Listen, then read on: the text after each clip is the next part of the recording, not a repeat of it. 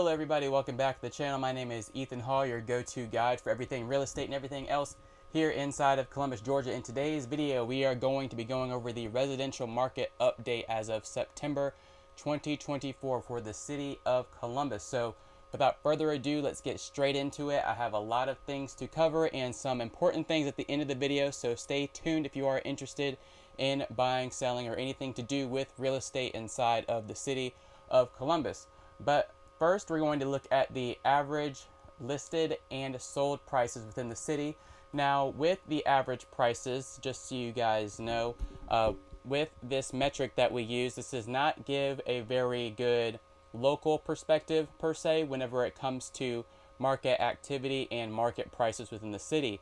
The average list price and sold price is more used for the overall market health inside of the city or other cities, all throughout the United States. The average list price and sold price is what they use for the overall health of the city.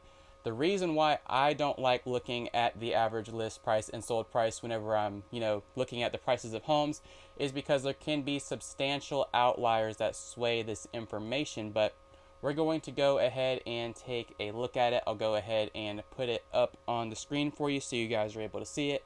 So the reason why the outliers really kind of play a part inside of the average list price and sold price. So if you have a $4 million home, it's going to affect, it's going to raise prices up, especially if we're in a city that doesn't have, multi-million-dollar properties that often. So whenever one goes up on the market, it ends up affecting the average list price and sold price in some way, mainly the average list price.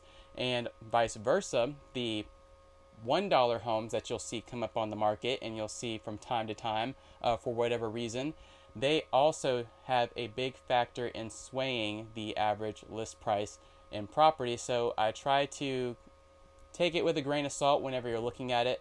So looking at this graph that I have up here, you can see that the average list price as of September 2024 is around $279,000, and the average sold price is around $252,000. Now at the beginning of the year, let's see, double check real quick, we started off in January at around $248,000 for the average list price, and the average sold price was around $232,000 or so. So we've seen a pretty steep incline, which is par for the course for the rest of the country as well. We all know that home appreciation values have been skyrocketing over the past couple of years. I know nationally over the past 5 years, homes have appreciated by 40, or I won't say appreciate, I'll say risen in value of around 46%, which is absolutely insane. So this is to be expected here. Now, the reason why we see this big discrepancy at the end of this graph heading into August, September, and July area that you're seeing right there is because this is the time of the year when things start to slow down before they start picking back up again. It's also the time of the year, and this year specifically, we have an election going on and whole lots of other things going on as well that are impacting the market in general, not just inside of Columbus, but Columbus is inside of the general market, so it ends up affecting us at some point. So the reason why there's this huge discrepancy right here is because homes are getting listed at high values. So all the high value homes sitting around $300,000 and up end up sitting on the market a lot longer. So the reason why we see these average list prices up so high is because of those homes, and they've been sitting on the market and not getting sold. So they have a really higher days on market for homes above that. Maybe not at the 300,000. It really starts at like 325 and then goes up to 400,000 and up is where you see the days on market kind of start climbing upwards. So the average list price, so we have on average the homes being sold or listed for a higher price, but the average sold price, if you look and see, it is around $251,000. Now you would think by looking at this that the average list price being $279 and the average sold being $251, that there would be a $28,000 concession from the seller whenever they end up selling the home. But the truth is is that the homes that are being listed at the lower prices are the ones that are being sold. So, and the ones that are at the higher prices are the ones staying on the market longer. So that's why you see this graph right here. And now it didn't used to be like this at the beginning of the year. The two graphs, or the two lines, in the sold price and the list price, were relatively close together. And then we started to see a shift. We started to see a shift upwards in the sold, or the listings, I'm sorry. And then we see downwards in the sold, and now we've just started coming back up. Now, this tells us that this market, at least for the later portion of this year, is changing, which is par for the course. If you go look back 1, 2, 3, 4 years ago, this time of the year, you will see this happen almost every single last year in the same way. So this year is not too much different this time around whenever it comes to the prices of homes. So the next one that we have coming up on the list is the one that I like looking at whenever it comes to getting a really good idea of what the local market is doing, and that's going to be the average list price and sold price within the city. So I'm going to go ahead and throw that graph up for you so you're able to take a look at it with me. And so at the beginning of the year, we started flat even on both sold and listed at around 200,000, and we end almost dead even again in September at around 218,000 for the median list price and sold price within the city. Now you can see that this is a little bit more in line than when we look at the average list price and sold price, which is why I like to look at this, because this really paints a better picture overall. So we can see that most homes that have been listed end up selling for around the same price that they got listed for, maybe a little bit more, a little less, but we usually do see that, the sold list price percentage inside of the city right now is around 96 or 97%. So buyers do have a little bit more of a negotiation power, and the reason that they have some negotiation power is we actually have an increase in inventory. So the beginning of the year, we started at around 3.2 months, which is very low, definitely seller's market territory, I would say, that we were moving in. But ever since, we've been slowly climbing back up, and we reached 4.6 months, a year high back in August, so last month, and now we're back down to around 4.4 months worth of inventory within the city. We are seeing a lot more homes being listed than sold within the past couple of months, which is the reason why we are seeing this.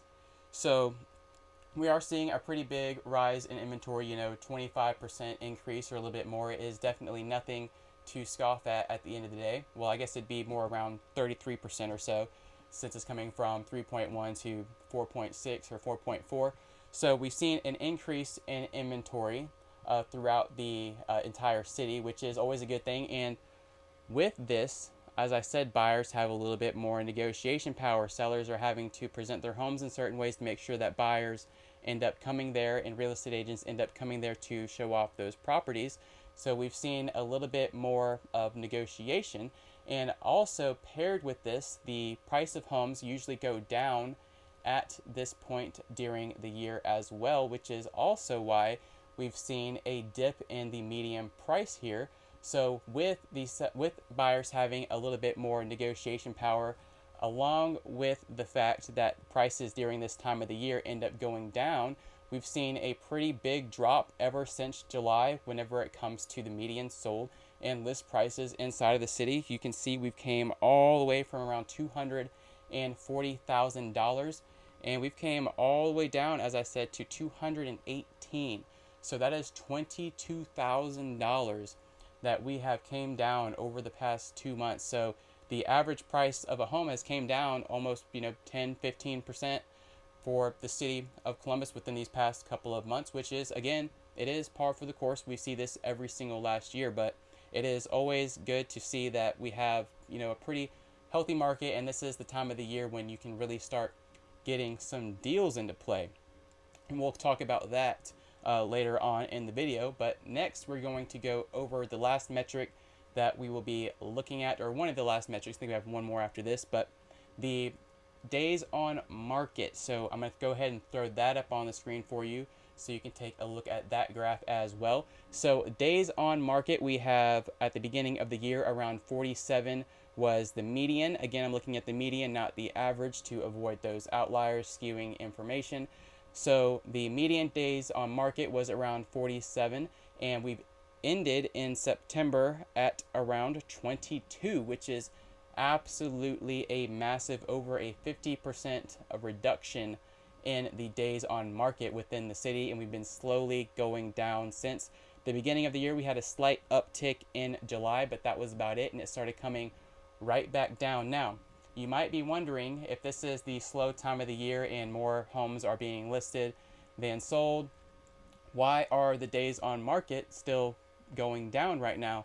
And the reason for that is because all those homes that have been listed have not been listed for long enough for it to affect these numbers that we're looking at right now. Because you have to remember, all these homes are going to have to be listed for, over 30 days, way over 30 days for it to start actually affecting these numbers right here that we're looking at.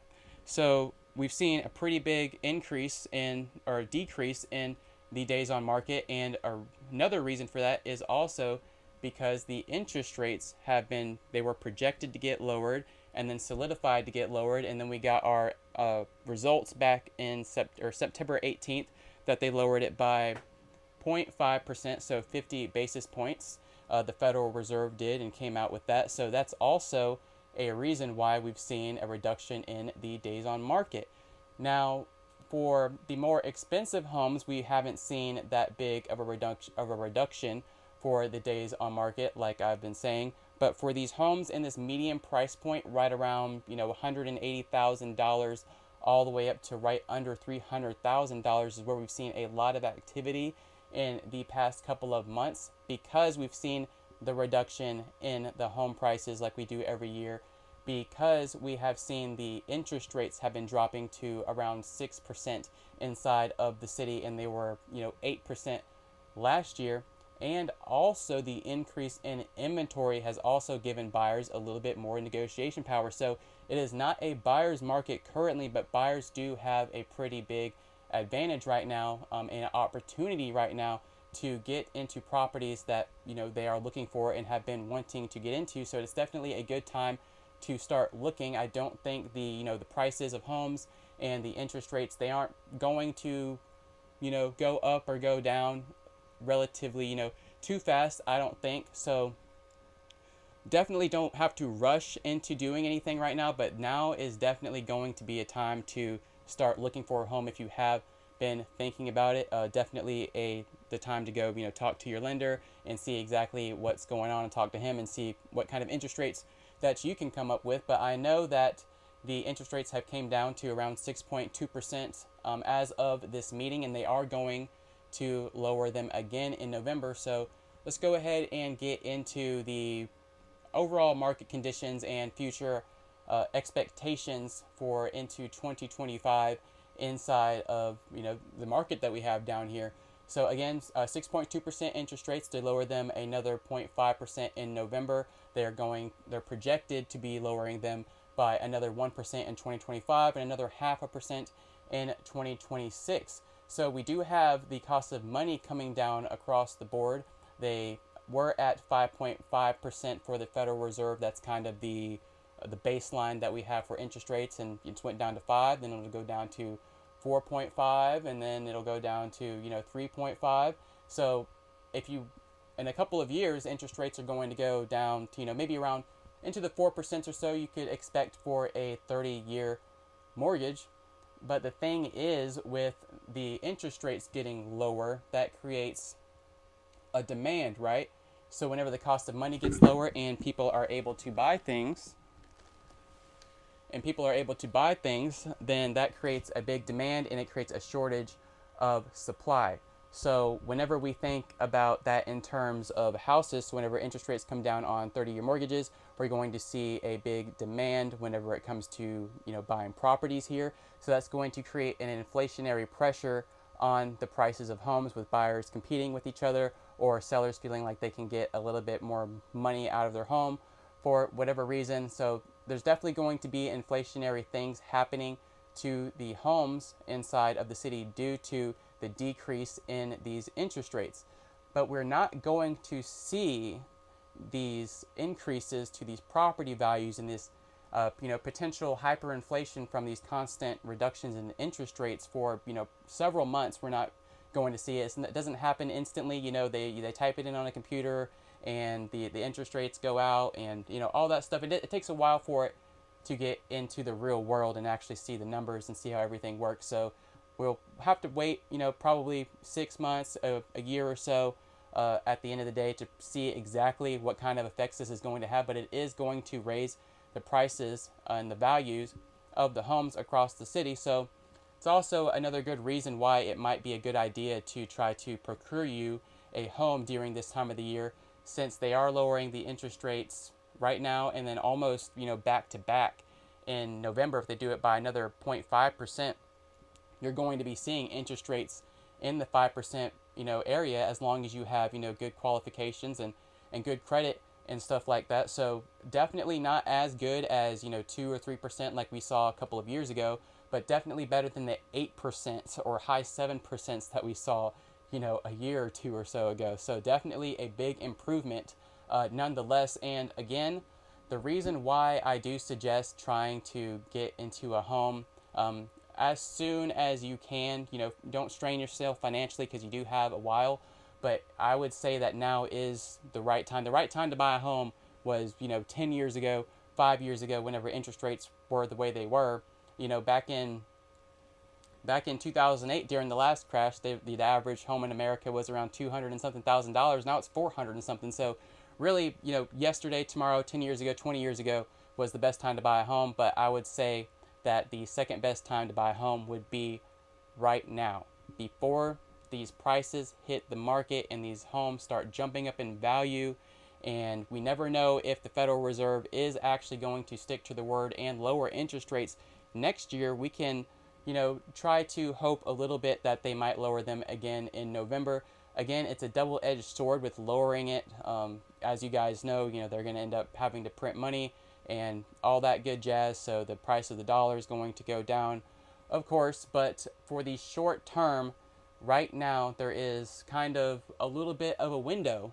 I know we don't really try to time the market, and you really shouldn't try to time the market, especially during these times. But as of right now, in the way that it's looking in the short term, it looks like the next 6 to 9 months or so is going to be a great opportunity and a great window for you to try and get yourself into a home. Now, the reason why I'm saying all this is because we don't know what the actually going to happen in the future, right? So there could be a reason why they cut interest rates even lower. It could be, the stock market crashes. We could go into another recession for whatever reason, or something happens and we go into World War III. I know everybody's worried about that. So there could be a whole bunch of other things that happen that end up lowering interest rates, even lower than what they projected to. But there's also a chance that they scrap it. And the reason why they would scrap it and end up raising interest rates is due to hyperinflation. Now, I don't think we have to worry about hyperinflation for the next, probably, as I've said, 6 months, 9 months to probably not 6 months, probably about a year from now. 9 months to a year from now would be the time that we start seeing some hyperinflation due to these interest rates cuts. But right now, we're not in this little window that we have right here. We're not going to see it hit the market at all. So if you wait and you go and wait until a year from now and you think that interest rates are going to end up going back down and it's going to be great and they're going to be a lot lower than they currently are right now, there is a chance that we go into a hyperinflated state and they're going to have to raise interest rates to end up burning some of that money away, so they're able to bring up the value of the dollar. So it's just always something to think about. Again, don't make any decisions unless you are financially able to do so. But if you guys need any help or want any more clarification on how to go about, getting really good deals, or also, interest rates or mortgage lenders, please don't be afraid to, hit me up or, call my cell phone, send me an email. You can schedule a meeting with me also, and we can talk on the phone, whatever you like. But this is going to be pretty much it for the video for the market analysis for September of 2024. So a lot that we went over today. But overall, pretty par for the course. I would say that there's just an overall change in the market that we have to be aware of and should probably be capitalizing on at the end of the day, or at least being aware that we're able to capitalize on an opportunity that's coming to us. I know that it's probably going to bite us in the ass later all around the country. I'm not too happy about the interest rates cuts, but I know it's going to help a lot of people get into homes, which, you know, I don't think the good outweighs the evil, but it's always good, I guess, to be able to get into the home that you want to be in. So again, definitely something to think about. I hope you guys have a good day. Please subscribe if you liked it. Like the video if you did. I hope you all have a good one. God bless. Peace.